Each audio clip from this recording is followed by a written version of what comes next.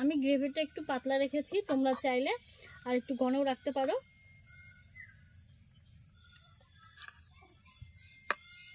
বাড়িতে কয়েকটা মুরগি পুষছি আমরা, আর সেই মুরগিতে প্রথমবার ডিম দিয়েছে। দেখো ডিমগুলো যদিও একটু ছোট, তো তাতে আমাদের কোনো সমস্যা নেই।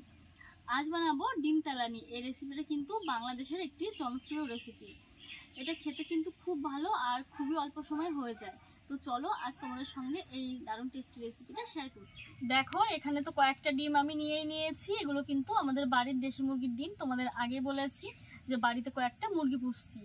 আর দেখো এখানে রান্না করতে এসেছি বিকেলবেলায়, আর প্রচণ্ড মশা। সকালের দিকে শরীরটা বেশি একটা ভালো ছিল না, তার জন্য আসা হয়নি। তো চলো বাদবাকি উপকরণগুলো তোমাদের সঙ্গে একটু শেয়ার করি। শুকনো লঙ্কা নিয়েছি, গোটা জিরে নিয়েছি হাফ চামচেরও কম, আর নিয়েছি এখানে গরম মশলার গুঁড়ো। পেঁয়াজ নিয়েছি একটা বড় সাইজের, কুচি কুচি করে কেটে নিয়েছি। আর এখানে রয়েছে আদা ও রসুন বাটা, লবণ, হলুদ, সরিষার তেল। এখানে রয়েছে জিরে, ধনিয়া, শুকনো লঙ্কার গুঁড়ো, আর নিয়েছি একটা টমেটো পিউরি। সরিষার তেল দিয়ে দিচ্ছি। তেল গরম হয়ে গেছে, কড়াইতে দিয়ে দেবো গোটা জিরে আর একটা শুকনো লঙ্কাটা ভেঙে দু টুকরো করে দিলাম, গোটা সাদা জিরে। 30 সেকেন্ড একটু নেড়ে নিয়েছি। আর এখন দিয়ে দিচ্ছি পেঁয়াজ কুচি।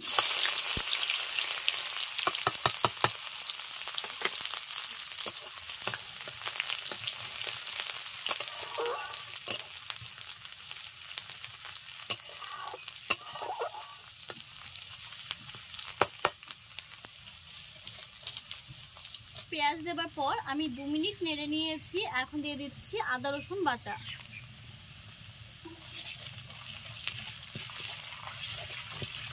আদা রসুনের কাঁচা গন্ধ চলে গিয়েছে। এখন দিয়ে দিচ্ছি টমেটো পিউরি।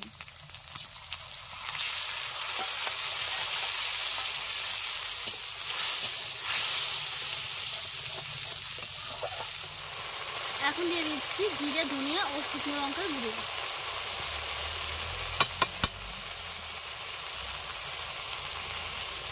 লবণ পরিমাণ মতো, হলুদ গুঁড়ো পরিমাণ মতো।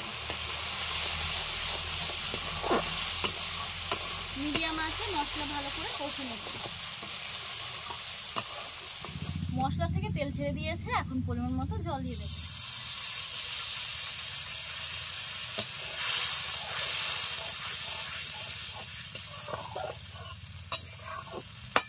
আরেক বাটি জল দেব।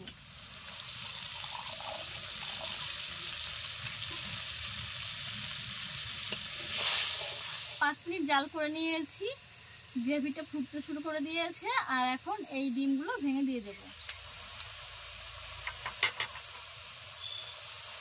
দেশি মুরগির ডিমগুলো কিন্তু সচরাচর পাওয়া যায় না।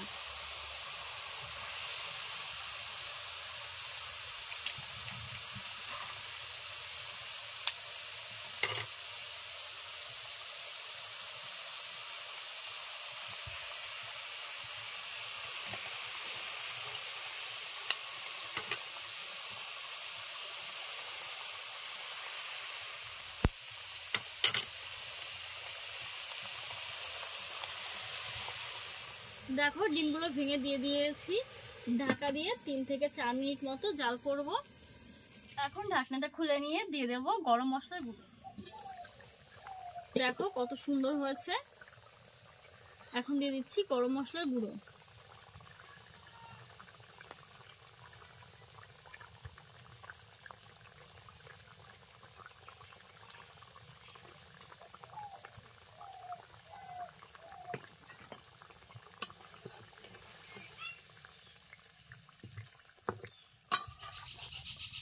দেখো রান্না হয়ে গেল ডিম তেলানি। কালারটা কিন্তু অসাধারণ হয়েছে। তো চলো এবার নামিয়ে নিই। আমি গ্রেভিটা একটু পাতলা রেখেছি, তোমরা চাইলে আর একটু ঘনও রাখতে পারো।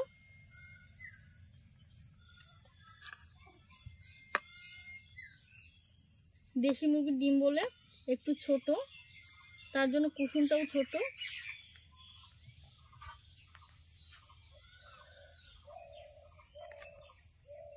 গরম ভাতের সঙ্গে কিন্তু অসাধারণ লাগে খেতে।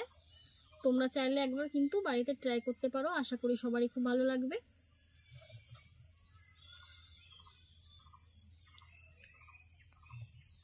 কালারটা কিন্তু দারুণ এসছে। তো এই সহজ সরল রেসিপিটা তোমাদের কাছে কেমন লাগলো অবশ্যই জানিও। আর ভালো লাগলে লাইক শেয়ার করতে একদমই ভুলো না। আর তার সাথে সাথে যদি এখনও সাবস্ক্রাইব করা না থাকে প্লিজ সাবস্ক্রাইব করে পাশে থেকো। আর যদি তোমরা ফেসবুক পেজ থেকে দেখো তাহলে অবশ্যই পেজটিকে ফলো করে পাশে থেকো। Bye bye.